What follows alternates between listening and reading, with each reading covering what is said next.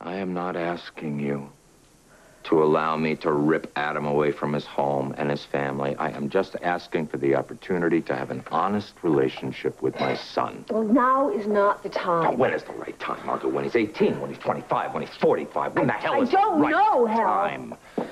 I know it's going to be hard on all of us at first, Margo, but we've just got to get it out into the open. All right, you have kept your promise and kept quiet all these years. Why do you insist on telling him now?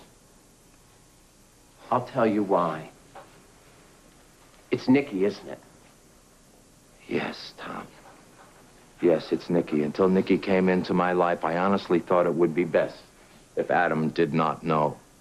But when I learned how Nicky felt about the lie that was told to her, and spending all that time pretending to be Adam's Uncle Hal... We want you to spend time with him. We do. We've always wanted that. I know that, Margo. And I have tried. I have tried to keep up my end of the bargain. For years, I have struggled to keep my own son at a distance. But when Casey was kidnapped and Adam came to spend all that time with me, I began to realize about everything that we had missed, and I knew that I was wrong. But you weren't. You were putting Adam's needs ahead of your own, and that is what fathers do. No, Tom, that's not what fathers do. Fathers protect their children. They keep them from hurt. Learning the truth will hurt for a little while. A lie hurts forever. So you babysit for a few weeks, and you think you're ready to be this child's father? I don't want to replace you, Tom, but I am Adam's father, yes, and I am ready to take on that responsibility. And what makes you think so? I know I'm ready, Tom. I just know that I am ready. And I'll tell you why. Because one morning, about a week after Adam came to see me, I woke up early, which is very strange because I never wake up early. And I went downstairs. And I saw Adam, and he was sitting in front of the television, and he was crying. He was crying about Casey. And while I tried to explain to him what was going on, I realized why.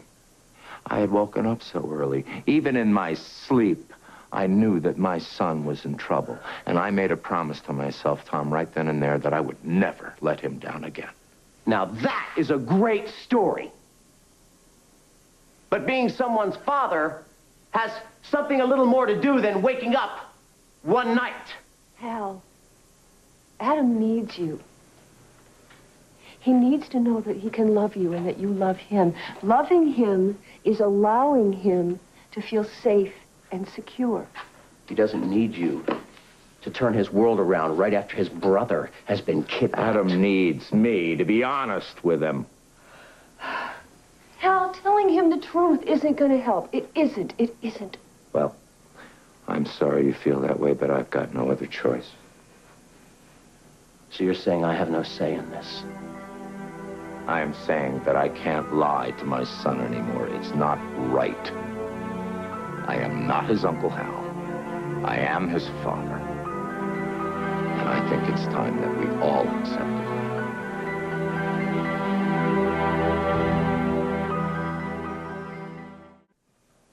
Well, I am sorry that you can't understand how I feel about this, but I intend to tell Adam the truth. Well, you say one word and I'll rip your head off. Right, stop. Stop. Both of you, please. Would you please just wait until Adam is through with the nightmares, please? Yes, I will. But when he's gotten over Casey's kidnapping, I'm going to tell him I'm his father. And I swear to you, if you tell him, you'll never see him again. Well, I really hope it doesn't come to that, Tom. I'd kind of hope that we could all go through this together and help Adam get through this together. But if you force my hand, I'll take you to court. Do it! Do it! Take me to court! We'll fight you, and we will win.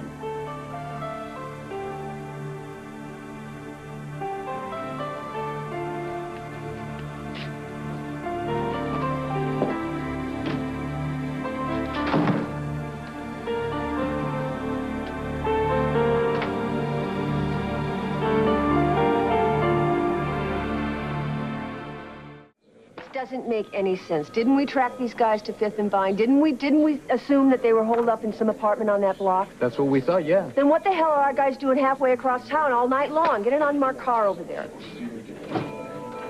Hot out there. Yeah, nothing compared to the heat you're gonna find in here, Hal.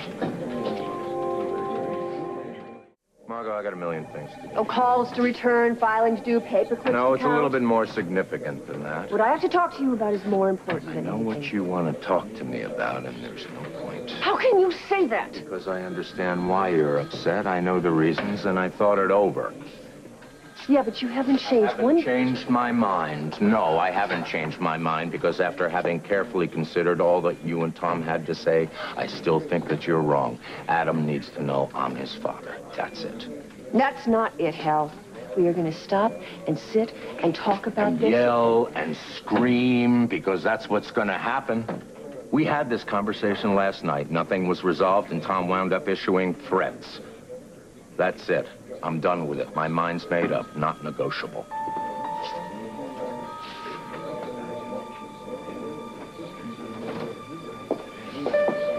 You think one unmarked car is going to be enough? What? The Vine Street surveillance. We should put maybe 2 cars on the corner or something. I don't know. Leave it in the report. I'll get back to you in an hour. Go. Get away.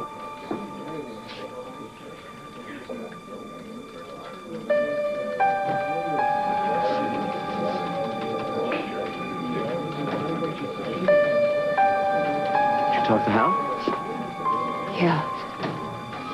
He won't budge. Just won't. What did you say? There's nothing I could say. He's gonna do it. We gotta get ready. Nothing in our life is gonna be the same. Ever again. He's gonna tell Adam. I am not going to let him do this. Listen, if you go in there, you're gonna convince him that he's right, and he's ready for a fight, honey. So what do you want me to do? Back down? No, we just have to think, not react. Tell me what to do, what to say to change his mind. I don't know.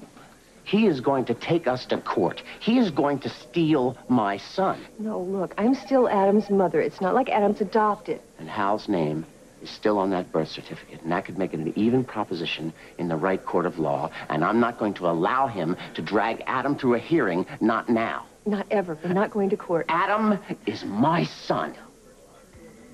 As much as Casey is my son. As far as I'm concerned, what he's doing now is the same thing Renee did when she kidnapped Casey. Listen, Hal's not talking about taking it to court. That's not what he's saying. It's not what he's saying now. But what happens when he tells Adam that he's his father? What if Adam wants to go? What if I'm disciplining him down the road and I say something he doesn't want to hear? How do you want me to react when he says, you know what? You're not my father.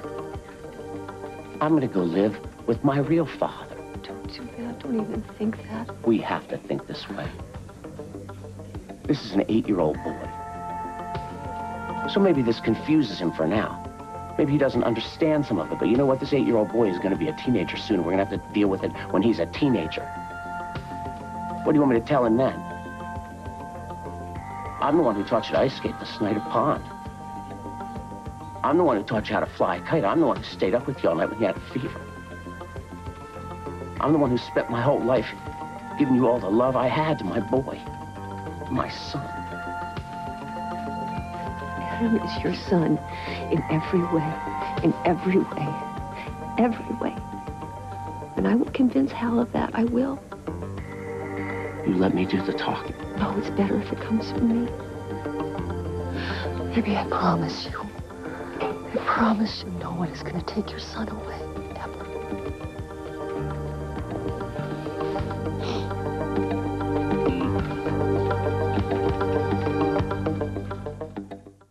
Okay, so you let me go in, and I will talk to him calmly and reasonably. Right? Calm and reason. You. I can do that. I can hold my temper. I'm telling you, this is all coming from Nikki for her need to have a family, her need to have a little brother, and it's pulling on him emotionally, but he's a logical man. I can go in there and I can convince him how destructive this decision would be. Just convince him to meet us halfway. Wait till Adam's a teenager when he can understand all this. What, then we have teenage anger. If my choice is teenage anger, or ruining and shattering the life of a little 8-year-old boy, I'll take the hit later. just no way out of this, is there? All right. Then we just have to go in and do it. I mean, at the very least, Adam will know that there's a whole pile of people who love him. And he'll understand what makes a good father. You've raised such a good son. You have, Tom. That's what counts. I hope so.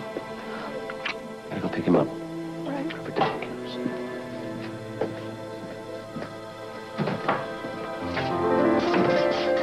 Margo, need to talk to you.